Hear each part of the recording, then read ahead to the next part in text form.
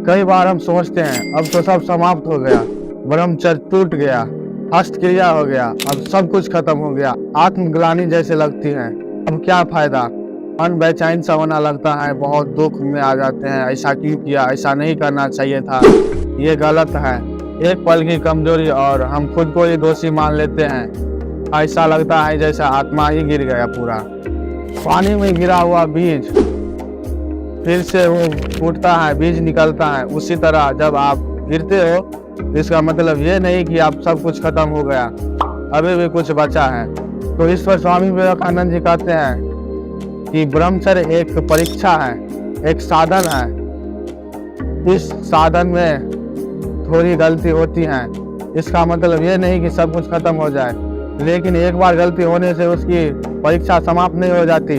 यदि ब्रह्मचर्य टूटता है तो एक अंत नहीं बल्कि एक शुरुआत है। अब तुम्हें पहले से ज्यादा सतर्क रहना होगा। तुम्हारा लक्ष्य तुम्हें पुकार रहा है, तुम्हारा लक्ष्य तुम्हें पुकार रहा है। क्या तुम हार मान जाओगे? ध्यान लगाओ, संयम रखो, दोबारा मत गिरो।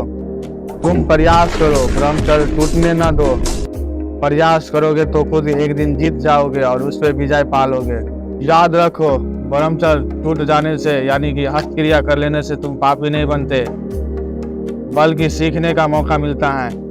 इसे सीखने का प्रयास करो, गलती से ही सीख मिलती है और फिर से प्रयास करो। ब्रह्मचर्य टूटने का मेन मुख्य कारण है कि तुम गंदी चित्र देखते हो, गंदी बातें सुनते हो ना, और उत्तेजित बातें को ध्यान पूर्वक देखते हो। इसे निकालना ही होगा। ब्रह्मचर्य में बहुत शक्ति है, बहुत पावर है।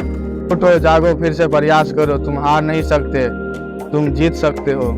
याद रखो, आप कम से कम 1 महीना भी ब्रह्मचर्य का पालन कर लेते हैं तो आप बदल जाओगे। एक छोटा सा उदाहरण के तौर पर आप देख सकते हो मुझे। सच बता रहा हूँ, आप ब्रह्मचर्य का पालन करके देखो, बदल जाओगे। इसमें बहुत शक्ति है। जय ब्रह्मचर्य, जय श्री राम।